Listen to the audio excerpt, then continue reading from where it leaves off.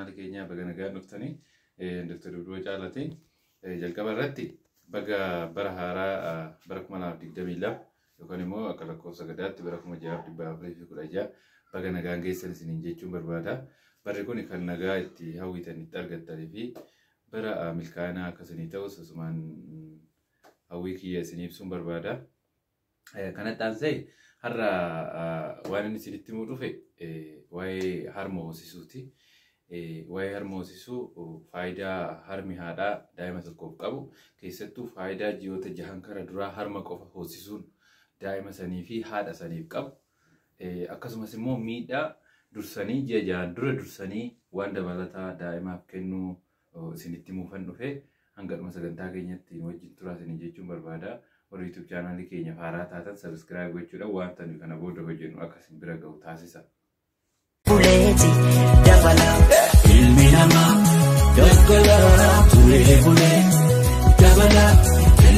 Egaa hordoftoota keenya harmi haadhaa yookaan immoo aannan harmaa nyaata qofa the only nutrient daa'imman reefa dhalattuuf hanga ji'a 6 nyaata isa the only nutrient jedhama. Nyaata biraa waan hin qabneef jechuudha. Ati takka sa'aatii deessee kaastee sa'aatii tokko keessatti sa'a tokko darbuun qabu hanga danda'ameen sa'aatii tokko keessatti daa'ima ishee san harma hoosisuu qabdi. Harma san yeroo hoosistu immoo wanni baramaan yeroo baay'ee hawaasni keenya godhuu fi wanni immoo wanta miidhaa qabu garuu wanta salphaa ta'ee fi daa'ima saniif baay'ee barbaachisaa tokkotu jira. Innis maalidha? Aannan mataarraa san yeroo baay'ee hawaasni keenya irraa elmeet kennaa fi hin hoosisanii jechuudha. Aannan mataa duraa sun baay'ee barbaachisaadha daa'ima saniif. Inumaa yeroo tokko first immunization yookaan immoo talaallii jalqaba natural immunization aga jedhamutti deema jechuudha. Aannan mataa duraa sun cholesterol jedhama yookaan immoo afaan Oromoodhaan naannoo tokkotti silga yeroo jedhan irra jiru jechuudha. Silgi kun daa'ima saniif baay'ee faayidaa guddaa qaba. Wantoota baay'ee of keessaa qaban akka secretory immunoglobulin jedhaman wantoota dhukkuba adda addaa ittisuudhaaf fayyadan akkasumas immoo anti immunogenic waan ta'ee fi waan faaktaroota baay'ee of keessaa qaba jechuudha wanti sun. So wanti sun innis kennamuufii qaba jechuudha. Achi jalqabuu qaba. Achi booda dubartiin tokko ji'oota 6 kara jalqabaatiif aannan harmaa malee homaa kennuuf hin qabdu daa'ima isheetiif. Sababni isaas wanti hunduu wanti daa'ima saniif barbaachisu hunduu aannan haadhaa san keessa jira jechuudha. Pirootiinii haa ta'u, viitaaminii haa ta'u, wantoota dhukkuba ittisan haa ta'u, bishaan haa ta'u, anniisaa haa ta'u, wanti hundi aannan haadhaa san keessa jira jechuudha.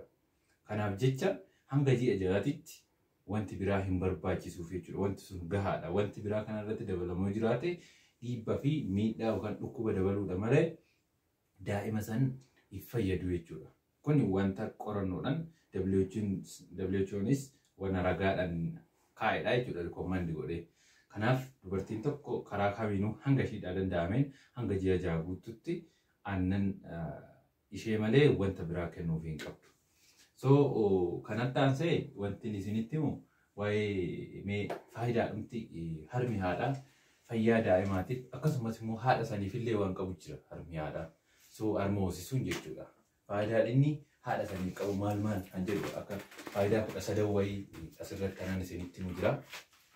Innis maalidha?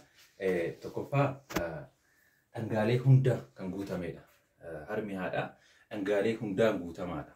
Waan jedhu pirootiinii akkuma dura isin jedhe pirootiinii, viitaaminoota, albuudota, anniisaa wanta daa'imti sun barbaaddu kamuu of keessaa qaba jechuudha. Kanaaf guutuudha jechuudha wanti sun. Waan walitti dabalataa yookaan waan biraa otoo dabalin harmuma san keessa aannan harmaa san keessa jira jechuudha. Faayidaa lammataan dhangaalee qophaa'aadha yookaan immoo salphaatti mar'imaan daa'ima saniitiin kan bullaa'ee salphaatti karaa dhiigatitti kan tuutamudha jechuudha. Aannan haadhaa otoo waan biraa hin barbaadin wantuma dhiiga daa'ima sanii keessa jiruun naachuraalii salphaatti kan absorbi ta'eetoo faayidaa irra ooludha jechuudha. Kanaaf wanti dabalataa hin barbaachisu reedii meedidha jechuudha wanti sun. Faayidaa sadaffaan walitti dhiyeenya haadhaa fi daa'ima sanii ni dabala. Boondiin kan jedhamu daa'ima sanii fi haadha san gidduutti ni dabala. Innis haati tokko daa'ima sanii yeroo harma hoosistu ilaaltii argamsiisaa ilaaltii wal tuttuquu ijaan wal ilaaluu ismaayil godhaa sun boondiingii daa'ima sanii haadha san gidduu jirullee ni dabalaa jechuudha. So faayidaa inni biraa guddina sammuu fi amala daa'ima saniitiif. Kana jechuun IQ daa'ima sanii qorattoonni tokko tokko akka jedhanitti daa'imman harma haadhaa ji'oota 6 kara jalqabaa harma haadhaa qofa fayyadaman IQ isaanii ijoollee kaanii akka caalutti kan isaan dubbatanii. So IQ daa'ima long term IQ isaaniitti irratti guddina sammuu kana fuulduraa isaaniitti irree baay'ee positive impact akka qabu dubbatu. Faayidaa shanaffaan dhukkuboota infectioniidhaan dhufan tokko tokko infectious disease dhukkuboota tokko tokko ni hir'isa. Innis dhukkuba akka pneumonia, dhukkuba garaa kaasaa yookaan AGN jennu jira, meningitis, infectionii gurraa yookaan immoo acute otitis media jedhaman jira. Akkasumas infectionii ujummoo fincaanillee ni hir'isa jechuudha. Aannan haadhaa yoo daa'imti kun ji'a 6 kara jalqabaa isa qofa yoo fayyadamte jechuudha. Inni biraa faayidaa ja'affaan guddina laaktoobaasiliitiif ni fayyada. Laaktoobaasili jechuun bakteeriyaadha. Normal flora bakteeriyaa uumamaan garaacha daa'immanii keessa jiraatu kan miidhaan ga'ee fi kan dhukkuba itti finne garuu immoo kan faayidaa qabudha. Daa'imman harma haadhaa kana baay'inaan fayyadaman bakteeriyaa laaktoobaasili jedhamu kun akka babal'inaan mar'umaan guddaa isaanii keessatti bal'inaan jiraatan godha. Sun immoo bakteeriyaan biraa kan dhukkuba fidu pathogenic bakteeriyaan jedhaman jiru. Bakteeriyaan biraa kan dhukkuba fidan akka garaacha mar'umaan daa'ima sanii keessa baay'inaan qubanne taasisuudhaan dhukkuba irraa ittisu jechuudha. So faayidaa inni biraa dhukkuboota hin daddabarre kan akka fakkeenyaa dhukkuba sukkaaraa, ol ka'iinsa dhiibbaa dhiigaa, alerjii wantoota kanarree hin dhorkaa jechuudha daa'imman harmi haadhaa. So kunniin faayidaa nama cuunfee isinitti hime torban kun faayidaa aannan haadhaa daa'ima saniif qabudha jechuudha. Aannan haadhaa kun immoo haadhaaf illee ni qaba jechuudha. Faayidaan aannan daa'imman saniif haadha saniif qabullee ni jira. Isaanis faayidaa 6 kana gaggabaabseen isinitti hima. Innis tokko ikonomikaal. Ikonomikaal jechuun aannan haadhaa sun diinagdee haadhaa kan hin miinedha jechuudha. Salphaatti argama. Sa'aatii kamittuu qophaadha. Sa'aatii kamittuu haaraadha. Dadhabbii tokko malee hoosisuudha. Wanti walitti makamee bitamee qophaa waan hin jirreef ikonomikaal waan salphaatti kennamuu fi waan diinagdee ishee yookaan immoo diinagdee guddaa hin barbaannedha jechuudha. San jechuudha. Faayidaan lammaffaan ofitti amanamummaa ni dabala. Dubartii sanii ofitti amanamummaa sirriitti dabala. Dubartiin tokko deessee daa'ima ishee san yeroo hundaa harma yeroo hoosistee daa'ima san gaafa guddistu ofitti amanamummaan dubarummaa ishee ni dabala jechuudha. Kwaalitii dubaraati waan ta'eef ni dabala ofitti amanamummaa isaanii ni dabala. So faayidaan inni sadaffaan dhiiga da'umsa booda yookaan immoo postpartum hemorrhage kan jedhamu jira. Dubaroonni yeroo tokko tokko dahanii erga dahanii booda dhiigni yeroo itti dhaabbachuu jira. Yeroo akkasii harmi yeroo san yoo hoosifamullee sama'u yeroo daa'imti harma ho'atu hormoonii oksitoosin jedhamutu madda. Hormoon oksitoosin jedhamu sun immoo yuuterasii yookaan gadaamessa dubaroota irratti akka gadaamessi dubarootaa sun walitti kontoonfatu godhaa jechuudha. Sun immoo akka dhiigni dhaabatu godha. So effeektii akkasirree ni qaba harma hoosisuun jechuudha haadha irratti.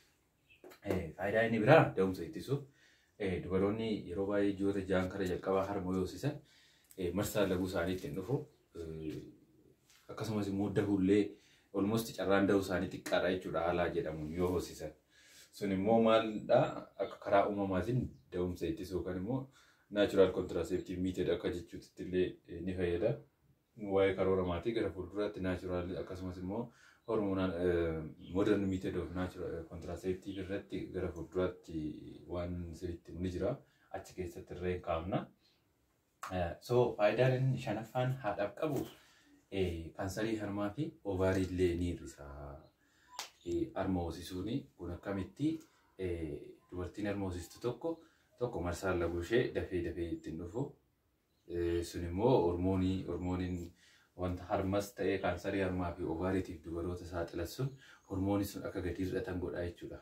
Sun akka gadi hir'atan godha jechuun immoo carraa dubartoonni sun kansarii harmaa fi ovaarii yookaan immoo ovaariitiin qabamuu isaanii saamuu gadi bu'aa jechuudha. Faayidaa inni biraa hir'ina ulfaatina da'umsaan booda ariifachiisuuf. Kana jechuun normaali dubaroonni da'anii ka'anii yeroo amma ta'e booda sababa kaaloorii baay'ee waste godhu waan ta'eef harma hoosisuu sun narsiin keerii sun ulfaatina akka isaan hir'atan ni godha.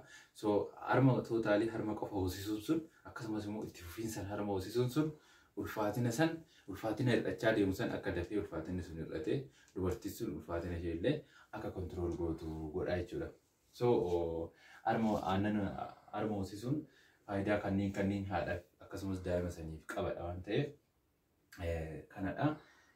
Walumaa galatti garuu daa'imti kamuu dhalatte akkuma dura isin jedhe sa'a tokko keessatti harma hodhuu jalqabuu qabdi. Ji'oota 6 kara jalqabaa harma malee waan biraa fudhachuu hin qabdu. Akkasumas immoo WHO recommend godhu daa'imti kamiyyuu yoo xiqqaate at least hanga waggaa 2 harma hodhuu qabdi. Hanga waggaa 2. Ji'a 6 gaafa ga'u wanta dabalataa kennuun dirqama. Maaliif haalli guddinni daa'ima sanii wanta dabalataa barbaada. Yeroo san harmi haadhaa guutullee ta'u daa'imti sun guddattee ji'a 6 gaafa geessu wanti ishiin barbaaddu kan harmarraa argattu sanii oli. Saniif jecha waan dabalataa kennuufin akkaataa waan kennamuu qabuun akkaataa karaa ogummaatiin deeggarameen isa sanillee odeeffannoo qabaattanii akkaataa saniin waan dabalataa kennuudha. Sun argatee waggaa 2 kennuudha. Garuu immoo hanga dubarri sun yookaan hoosisuu dandeessutti hanga waggaa 5-6 yoo hoosiste rakkoon qabu miidhaan qabu jedhama. Wanti miidhaan konfirmi ta'e kana jedhamee jiru dubartii sanirrattis daa'ima sanirrattis. Daa'ima saniif faayidaa qaba. Dubartii san immoo wanti inni miidhullee hin jiru. Kanaaf hanga ulfi biraa hin jiraatin yookaan immoo hanga dhukkubni wayii rakkoo wayii hin jiraatinitti daa'ima san yoo hoosiste rakkoon qabu jechuudha. Waggaa 2 gaafa darban. Kana dhaanan isiniin jechuu barbaadu. YouTube channel keenya haaraa taatan subscribe godhaa miseensa ta'a. Video keenya immoo yoo jaallattan like godhaa too nu bira dhaabbadhaa isiniin jechuu barbaada. Fayyaa ta'a.